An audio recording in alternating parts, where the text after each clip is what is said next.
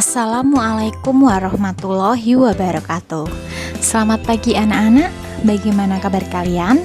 Semoga hari ini kalian dalam keadaan sehat dan tetap semangat dalam mengikuti pembelajaran dari rumah. Anak-anak, sebelum kita memulai kegiatan hari ini, alangkah baiknya kita berdoa terlebih dahulu agar materi yang kita dapatkan hari ini bermanfaat dan mendatangkan keberkahan untuk kita semua. Berdoa dimulai.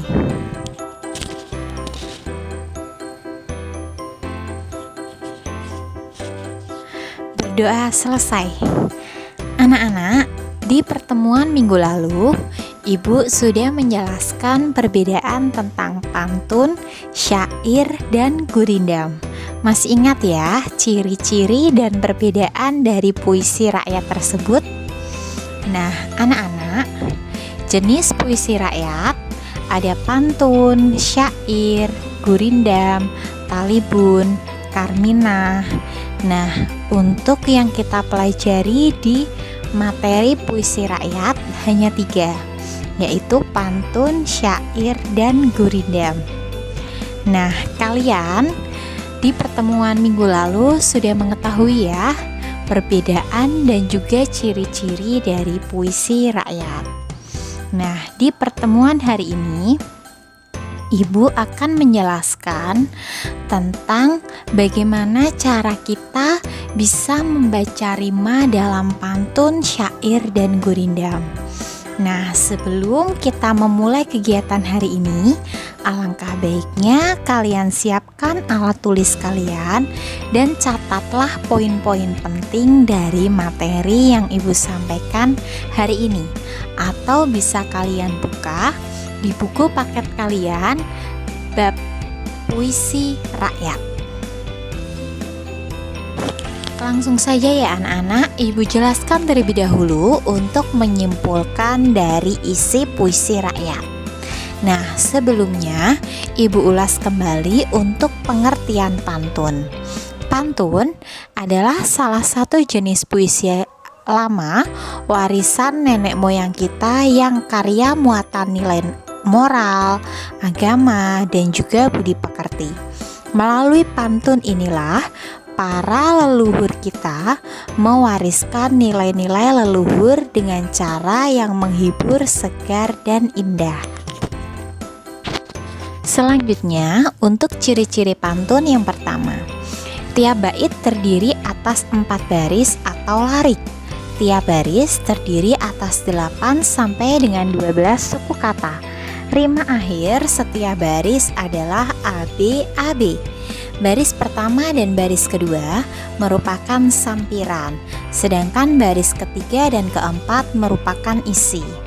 Nah, anak-anak, berikut Ibu memiliki 2 contoh pantun yang bisa kalian hitung baris atau lariknya yang terdiri dari 4 baris. Nah, selanjutnya bisa kalian lihat pada layar HP ya untuk contoh pantun. Untuk contoh yang pertama, pantun 1. Air surut memungut bayam. Sayur diisi ke dalam kantung, jangan diikuti tabiat ayam, bertelur sebiji, riuh sekampung. Nah, itu terdapat 4 baris ya. Untuk pantun yang kedua, pergi melaut membawa jala. Jala ditebar sambil mengingat, meski hidup kita banyak kendala, haruslah kita selalu semangat. Nah, itu terdiri dari 4 baris. Ciri jumlah baris tiap bait pantun terdiri dari 4 baris atau 4 bait. Nah, selanjutnya kita belajar cara menghitung suku kata pada pantun.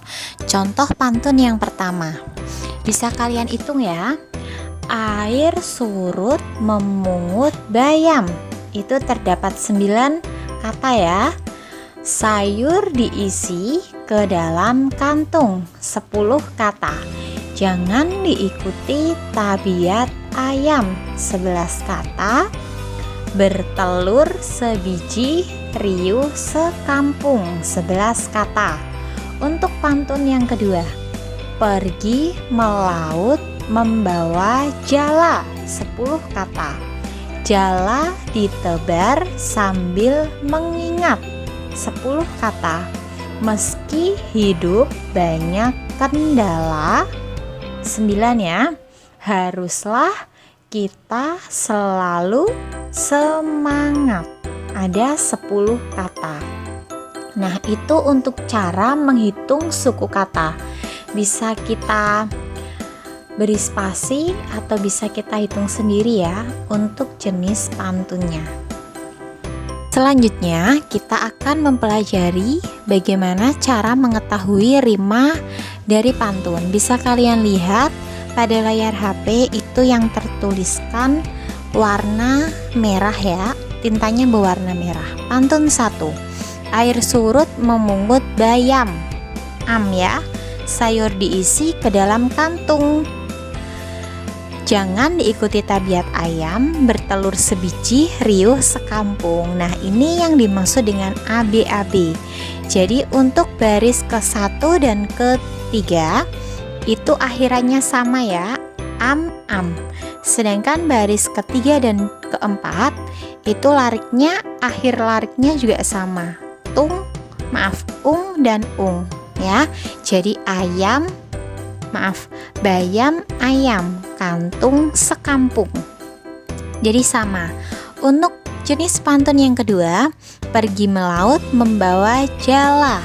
Jala ditebar sambil mengingat. Meski hidup banyak kendala, haruslah kita selalu semangat. Nah, untuk baris atau larik yang ke-1 dan ke-3 itu sama ya, jala kendala. Baris yang kedua dan keempat juga sama, mengingat semangat. Jadi rima itu bunyi akhiran dalam pantun dan bersajak ABAB. Jadi baris 1 dan ke-3 harus sama, baris yang ke-3 dan ke-4, baris yang kedua dan ke-4 juga harus memiliki rima yang sama. Selanjutnya, cara kita mengetahui sambiran dan juga isi dari pantun. Ini contohnya masih sama ya. Untuk pantun yang pertama baris 1 dan 2. Air surut memungut bayam, sayur diisi ke dalam kantung. Itu merupakan sampiran. Jangan diikuti tabiat ayam, bertelur sebiji, riuh sekampung. Itu merupakan isi. Pantun yang kedua, pergi melaut membawa jala.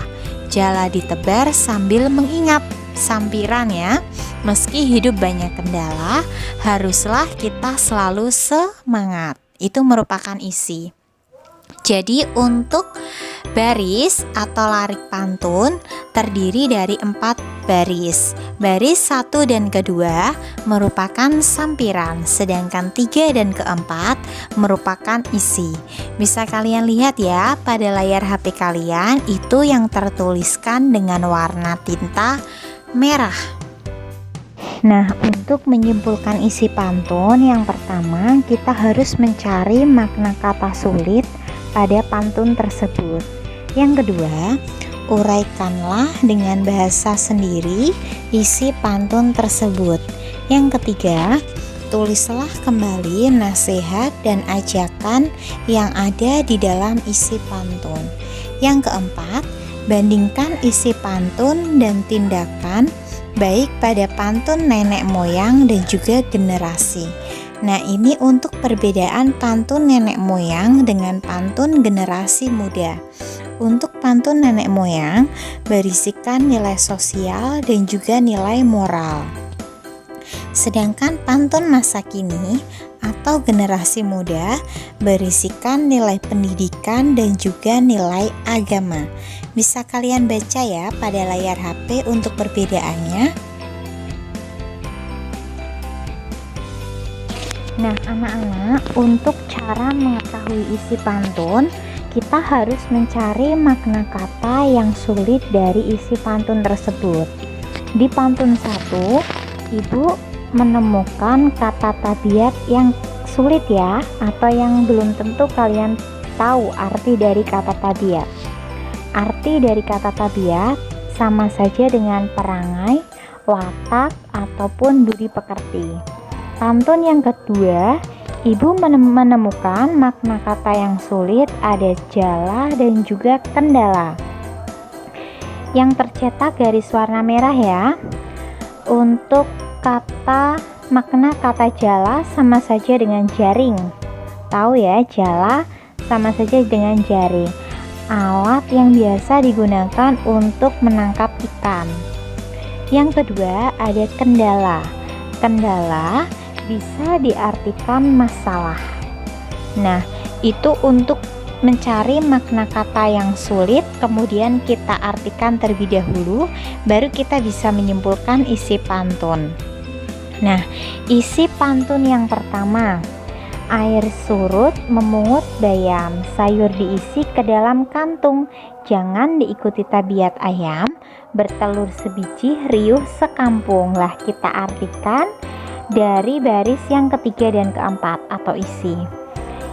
Ibu menyimpulkan dari makna kata atau arti dari pantun tersebut. Yang pertama, biasakan bersikap tenang, jangan ribut karena hal kecil. Nah, untuk pantun yang kedua, pergi melaut membawa jala, jala ditebar sambil mengingat. Meski hidup banyak kendala, haruslah kita selalu semangat.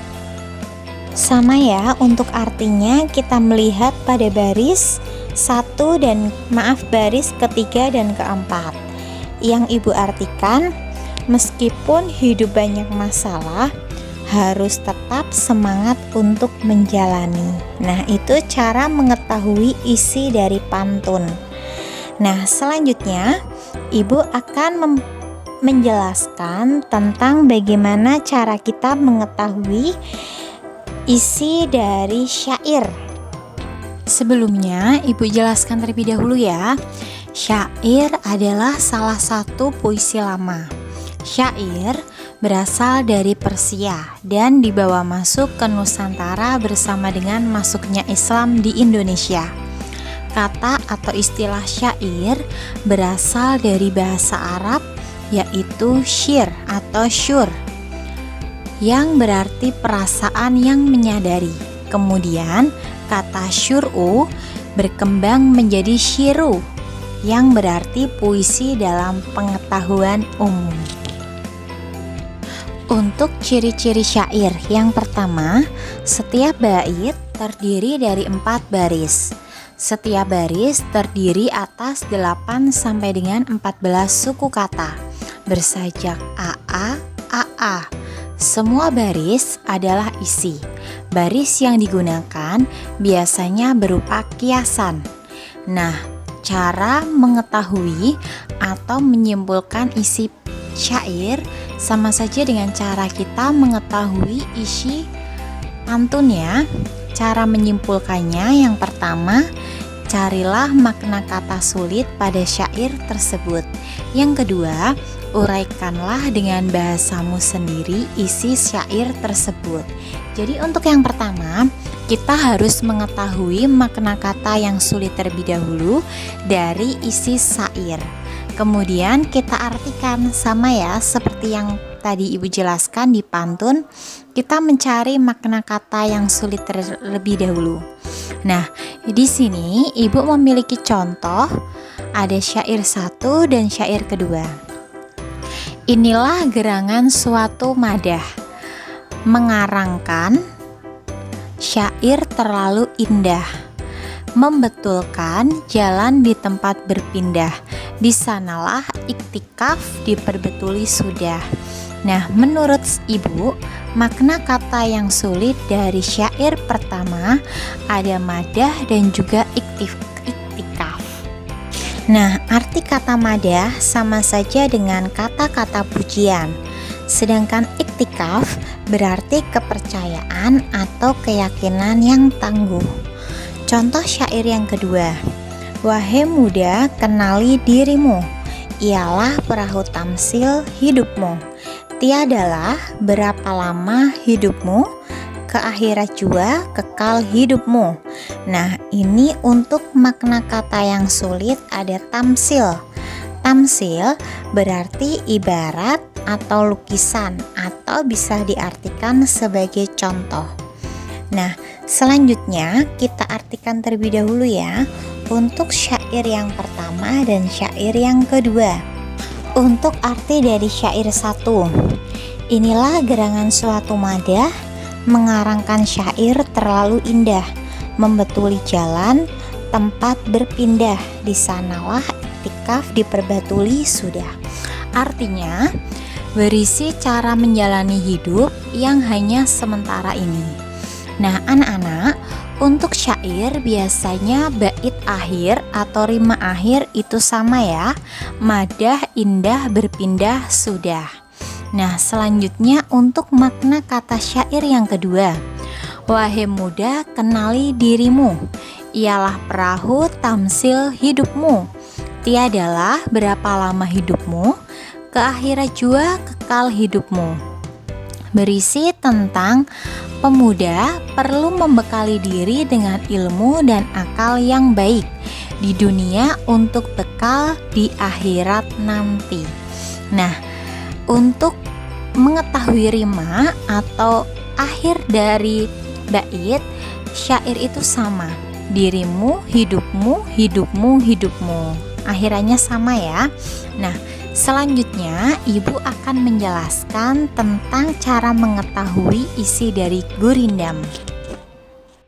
Nah, untuk mengenal apa itu gurindam ya. Gurindam adalah salah satu puisi lama dari negara India.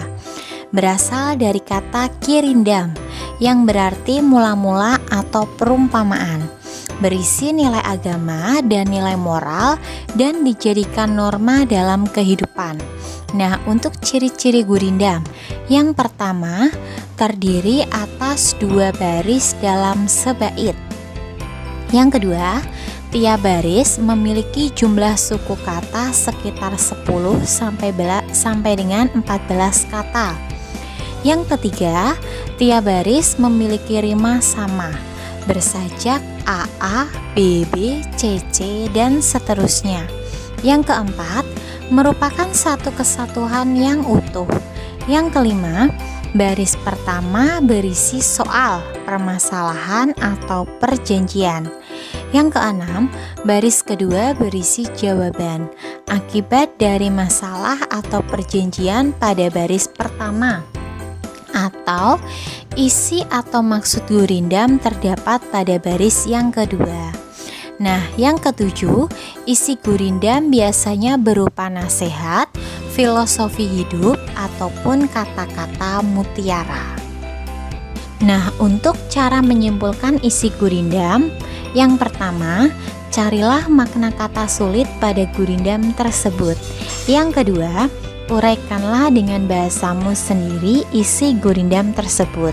Nah, untuk menyimpulkan isi syair, gurindam, ataupun pantun, sama ya, kita harus mencari tahu makna kata sulit dari pantun syair gurindam tersebut. Nah, berikut ibu memiliki contoh dari isi gurindam. Gurindam yang pertama. Jika hendak mengenal orang yang berakal, di dalam dunia mengambil bekal. Nah, kita cari makna kata yang sulit terlebih dahulu. Makna katanya bekal. Bekal berarti sesuatu yang disediakan untuk perjalanan. Nah, contoh yang kedua, jika hendak mengenal orang yang berilmu, bertanya dan belajar tiadalah jemu. Nah, makna kata yang sulit adalah jemu. Jemu berarti terlalu sering atau bosan. Nah, setelah kita mempelajari isinya, baru kita bisa menyimpulkan arti dari gurindam tersebut. Artinya ya, gurindam yang pertama, jika hendak mengenal orang yang berakal, di dalam dunia mengambil bekal, yang berarti selalu bertindak dengan nalar yang sehat sebagai pembelajaran hidup di dunia. Untuk gurindam yang kedua, jika hendak mengenal orang yang berilmu, bertanya dan belajar tiadalah jemu. Artinya, bila belajar pada yang pintar, jangan malu-malu untuk bertanya atau berguru. Nah, itu cara untuk mengetahui isi dari gurindam. Sebelumnya, sudah Ibu jelaskan bagaimana cara mengetahui isi pantun, syair, dan gurindam. Jadi cara mengetahui isinya atau cara menyimpulkan isinya, kita harus mengetahui makna kata atau arti yang terdapat dalam pantun, syair, dan gurindam tersebut. Carilah kata-kata yang sulit terlebih dahulu, kemudian kita artikan. Kita bisa mencari di KBBI atau Kamus Besar Bahasa Indonesia. Setelah kita mengetahui artinya, baru kita bisa menyimpulkan atau memberikan makna dari pantun, syair, dan gurindam. Nah, untuk pantun, syair, gurindam sudah jelas ya. Yang pertama Ibu ulas terlebih dahulu. Pantun itu terdiri dari 4 baris atau 4 larik. Gurindam terdiri dari 2 baris ya, yang memiliki satu kesatuan. Sedangkan syair memiliki 4 baris juga. Dan biasanya bunyi rimanya itu sama. Jadi kalau kita mengartikan pantun, syair, dan gurindam, kita harus mencari bait yang bisa kita ketahui artinya. Kalau kita cari terlebih dahulu makna kata yang sulit dari tiap baitnya ya. Nah, setelah kita mempelajari atau mengetahui isinya, baru kita bisa menyimpulkan arti dari pantun, syair, ataupun gurindam. Kalau untuk pantun, biasanya kita bisa mencari arti atau menyimpulkan isinya melalui baris ketiga dan keempat. Sedangkan syair bisa kita artikan juga atau kita mencarinya, menyimpulkan isi dari syair di baris yang ketiga dan keempat.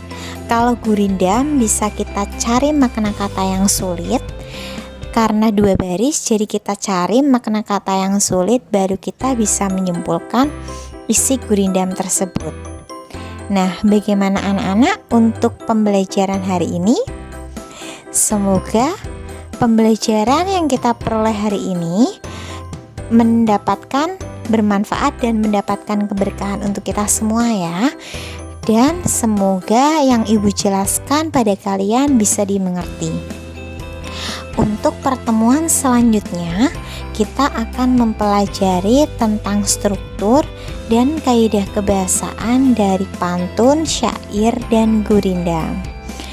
Nah, anak-anak, alhamdulillah untuk materi hari ini sudah selesai. Semoga materi yang Ibu sampaikan hari ini kalian bisa mengetahui dan kalian bisa menyerapnya. Kalau perlu catatlah poin-poin penting dari setiap materi yang Ibu jelaskan ya.